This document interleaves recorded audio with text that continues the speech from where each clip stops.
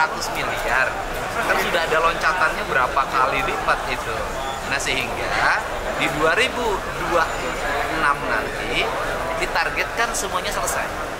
Jadi sekolah negeri itu semua bangunnya dalam keadaan siap, kemudian ruang kelasnya tertata dan satu kelas satu toilet. Itu yang menjadi rancangan program kita. Nah itu kan fakta. Jadi enggak, kalau tiap tahun orang ribut terus PPDB ya wajar. Karena lulusan SMP tidak tertampung di SMA. Nah sekarang tuh rancangan bangunnya itu sudah dibuat.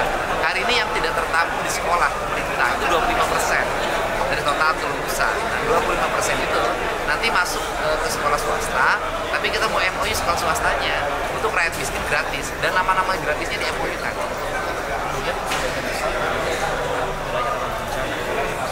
Ya sebenarnya bukan hanya di rawan bencana loh. Di kota Bekasi, daya tampung SMA-nya kecil. Di kota Depok, daya tampung SMA-nya kecil. Di Kabupaten Bekasi, daya tampung SMA-nya kecil. Apalagi di daerah yang rawan bencana dan daerah yang bersifat pegunungan. Di pusat-pusat kota yang dekat Jakarta aja, daya tampungnya kecil karena harga tanah yang mahal. Sehingga konsepnya, kita mau bikin sekolah satu atap, yaitu SD, SMP, SMA terintegrasi, walaupun kewenangannya berbeda Bupati Wali Kota. Kita bikin MOU karena nggak mungkin kalau di sekolah di kota kayak Bekasi, kota Depok, kota Bogor, Karawang, pusat kotanya yang harga tanahnya sudah melambung, pemerintah mau bangun sekolah berbeda-beda, berat biayanya.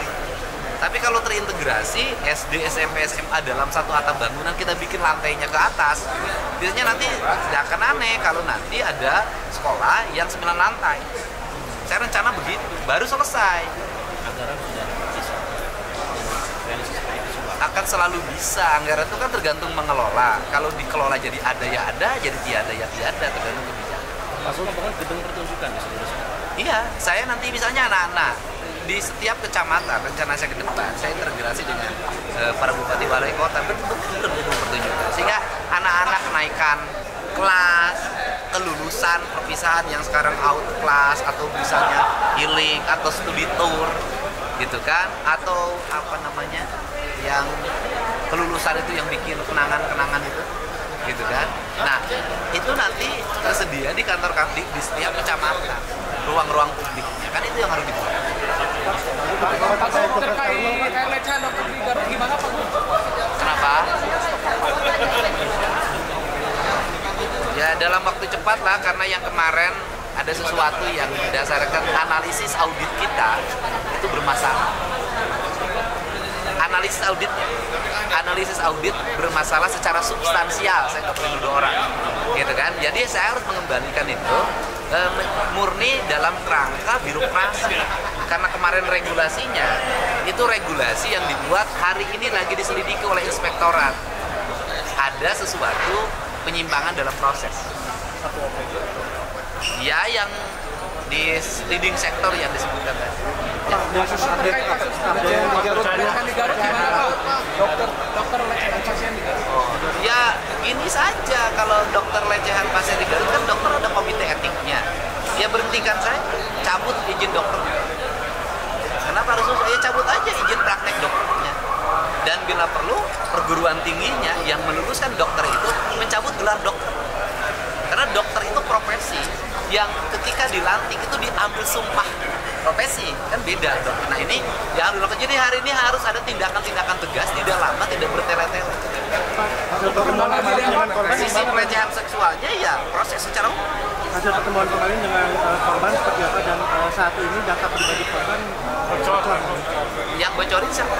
Salah satu media yang Ya harusnya media nggak boleh bocorin. Nggak boleh, orang harus melindungi korban. Kalau saya kan kemarin gini, ada dua hal yang saya tempuh. Yang pertama aspek sosial ekonominya. Mereka kan kehabisan kontraknya. Akhirnya ya saya stimulus lah untuk 1 tahun pindah rumah. Biayanya ditanggung oleh kami, gitu loh. Yang kedua, pendampingan hukum sudah kami siapkan dan itu free. Nah, ini yang harus dilakukan dan itu sudah kita lakukan.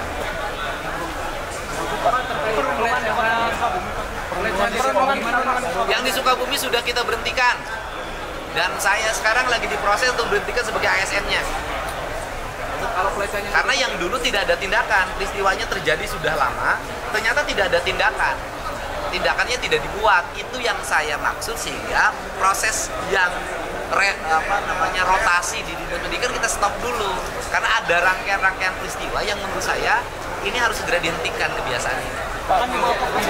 Yang Sukabumi ya, ada proses ya. Kita sekarang dibebas tugaskan dari mengajar hari ini, dan kemudian sekarang lagi proses penyelidikan, ya kan, oleh inspektorat. Dan saya menginginkan dia diberhentikan jadi ASN. Pidananya Proses pidananya itu kan hak personal. Ya, hari ini kita mau rapat. Kita hari ini rapat dengan PT KAI untuk membahas reaktivasi jalur kereta. Ada mantan apa yang mengeluhkan SPJ-nya belum cair? Apa tuh? Mantan atlet SEA Games, Pak. Oh, tahu, yang itu di Bekasi. Hari ini dipanggil dengan Pengcapnya. Itu kan urusannya bukan lagi urusan Pemprov sebenarnya. Urusan dia dengan Pengcapnya. Tapi hari ini kita panggil. Hari ini sore ini jam 4 saya panggil. Tindak lanjutnya? Ya hari ini kan tindak lanjutnya setelah dipanggil. Ya. Kenapa? Pagar bambu di Bekasi, kalau belum selesaikan itu kemarin akan dibongkar sendiri kan, atas kesadaran sendiri. Tapi nanti kalau lama ya kita bongkar saja. Kan itu yang menangani dari sisi aspek jenjang hukumnya adalah Kementerian Kelautan, ya kan? Tetapi kalau mengalami pelambatan, nanti saya akan koordinasi dengan Kementerian Kelautan. Nanti Pemprov bersedia untuk membantu pembongkaran. Pak, kalau terkait pelecehan seksual di Depok, Pak, segera Bupati Wali Kotanya bertindak, ambil tindakan-tindakan untuk menjaga wibawa wilayahnya masing-masing. Kan itu sudah tugas Bupati Wali Kota. Tapi kalau Bupati Wali Kotanya nggak mau, gubernur turun. Pak, kalau yang Ya, sanksinya di Undang-Undang Lalu Lintas, atau sanksinya kalau bupati tidak mau membenahi apa yang gubernur persyaratkan, lo banyak. Kita kan merekomendasi anggaran banyak.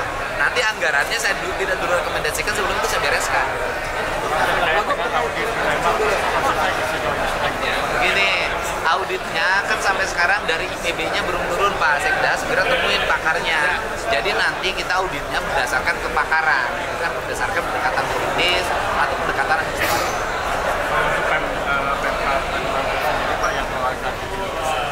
Barusan saya ketemu bupatinya minggu depan, kita akan segera membahas secara bersama. Dihijaukan, komitmennya harus dihijaukan. Pak, Sekda yang jelasin, uji kompetensi. infonya ada pelecehan juga di Depok, katanya ada pelecehan. Tahu yang siswa sekolah swasta, kan sudah ada salah satu TV wawancara. Itu pendekatannya sekolahnya kan sekolah di bawah wali kota. Nanti wali kotanya segera memanggil yayasannya agar yayasan memberhentikan guru tersebut. Itu caranya. Ya. Untuk bayar yang di Subang itu gimana Pak? Kenapa? Investasi yang BRI sudah lagi progres berjalan, tinggal pembebasan tanah. Minggu depan mau kita undang para pihak agar cepat pembebasannya. Karena ya katanya 18.000 kan, tapi nanti kita lihat, karena angka 18.000 itu bener nggak 18.000, karena teknologinya sudah robot kalau mobil kan harus kita analisis dulu secara benar. Pan penyampainya 18.000, apakah nanti akan 18.000? Zamannya zaman AI kan, pasti yang mengerjakan mesin-mesin produksi otomotif kan pasti pakai robot. Prioritas tenaga kerja terampil dari Subang. Pak, soal yang ada argumen dengan Bukit Jaya itu, Pak. Saya nggak ada argumen. Gimana? Yang Bukit Jaya mengajak diskusi. Rakyat Jawa Barat itu banyak. Tugas saya hari ini adalah bekerja untuk rakyat. Kalau setiap orang harus ditangani satu-satu, habis energi kita untuk ngeladinin orang ngomong. Tugas kita ini adalah mewujudkan apa yang menjadi mimpi rakyat. Kalau ada orang yang ngajak berbagai hal di media sosial,